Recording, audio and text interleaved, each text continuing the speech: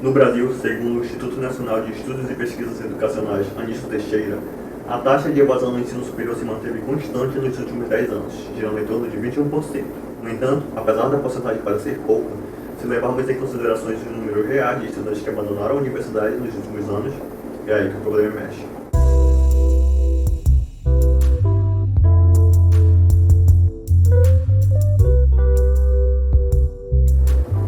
Com mais de 8 milhões de pessoas matriculadas no ensino superior, segundo o último censo do INEP, esse número equivale a mais de 1 milhão de estudantes. Em outras palavras, trata-se de um grande grupo de indivíduos que, por um conjunto de motivos, optaram por abandonar a graduação. A nossa equipe conversou com o estudante de jornalismo da Universidade Federal do Amazonas, Lucas Santos, de 22 anos, que nos falou um pouco sobre os motivos que impossibilitam a permanência do graduando no âmbito universitário, como a relação de estudante e trabalho. Olá, eu me chamo Lucas dos Santos, eu sou estudante de jornalismo da Universidade Federal do Amazonas.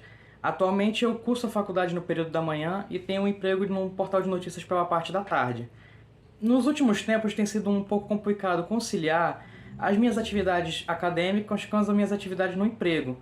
Devido ao fato de tudo ter subido, a gente vê continuamente um aumento nos produtos cada vez que vai no mercado, eu acabo tendo que focar principalmente no emprego em detrimento da faculdade. Isso tem prejudicado muito o meu desempenho como acadêmico de jornalismo. O fato de eu estar mais preocupado com as contas da casa, às vezes eu não consigo pagar todos os meus débitos, todas as minhas dívidas. Eu acabo tendo que focar em buscar mais alguma alternativa financeira em detrimento da faculdade novamente. Isso fez o meu desempenho decair bastante nos últimos semestres, nesse último período e no período anterior, que também ainda estava no auge da pandemia. Uma das minhas maiores dificuldades é conseguir entregar os meus trabalhos da faculdade dentro do prazo correto, porque, como eu disse, eu estou focando mais na questão financeira e eu só tenho um dia de folga por semana. E eu acabo tendo que escolher quais trabalhos eu vou ter que fazer para poder entregar pelo menos alguns dentro do prazo. O restante eu acabo tendo que fazer como eu ando fazendo com as minhas contas, pagando tudo atrasado. E é engraçado dizer, mas é triste ao mesmo tempo. E isso acaba diminuindo o meu desempenho acadêmico, acaba dificultando a minha formação como profissional. Eu acabo postergando a minha formação devido a isso, porque algumas vezes, como eu não consigo nem entregar certos trabalhos, a minha nota cai e eu acabo tendo que repetir a tal matéria.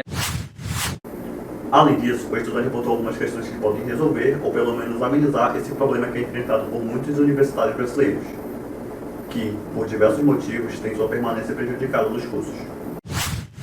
Hoje eu não vejo uma solução imediata para resolver esse tipo de problema. São sempre soluções de longo prazo, só que na nossa atual situação a gente precisaria de uma solução imediata que não há.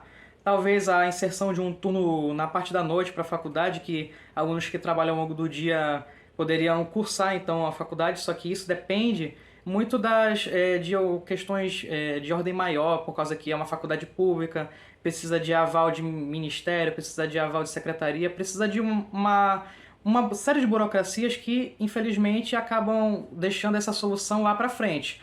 Outra questão seria uma extensão das políticas públicas de auxílio da faculdade, que pudessem ser ofertadas para uma gama mais alta de alunos, porque hoje em dia os auxílios que existem, eles são muito criteriosos, eles acabam sendo restritos a uma parcela muito pequena de estudantes. E eu não sei se eu me enquadraria em algum deles, por causa que, apesar de eu não ter um emprego formal, a minha renda é tecnicamente superior ao que os auxílios permitem. Um aluno que não ganha menos de meio salário mínimo que poderia ganhar, o que eu ganho já é acima disso. Então eu não me enquadro no auxílio.